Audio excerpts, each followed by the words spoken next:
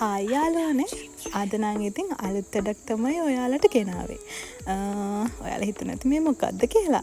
ඔව් මේක කෑම වැඩ. මම දැන් හදන්න යන්නේ චිකන් සම්බෝලයක්. ඉතින් ඔයාලා අහලත් ඇති.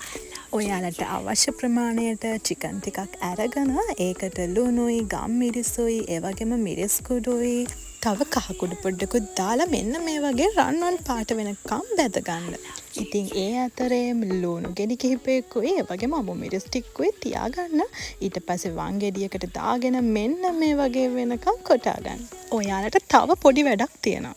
ඉතින් තෙල් තාච්චියක් අරගෙන ඒකට තෙල් ටිකක් දාලා මිරිස් කුඩු චුට්ටකින් දාලා හොඳට මිරිස් ටික රත් වෙනකන් ඉඳලා මෙන්න මේ විදිහේ චිකන් සම්බෝල එකක් දාගත්තට පස්සේ ඔයාලට මේ වගේ රසම රස චිකන් සම්බෝලයක් හදාගන්න පුළුවන්. හෝ ඉවර නෑ. ඉතින් මේකට ලුණු ටිකකුයි ඒ වගේම දෙහි බින්දු කිහිපයකුත් දාගත්තාම ඉතින් රසම රස චිකන් සම්බෝලයක් හදන්න පුළුවන්. ඔයාලා try කරන්න.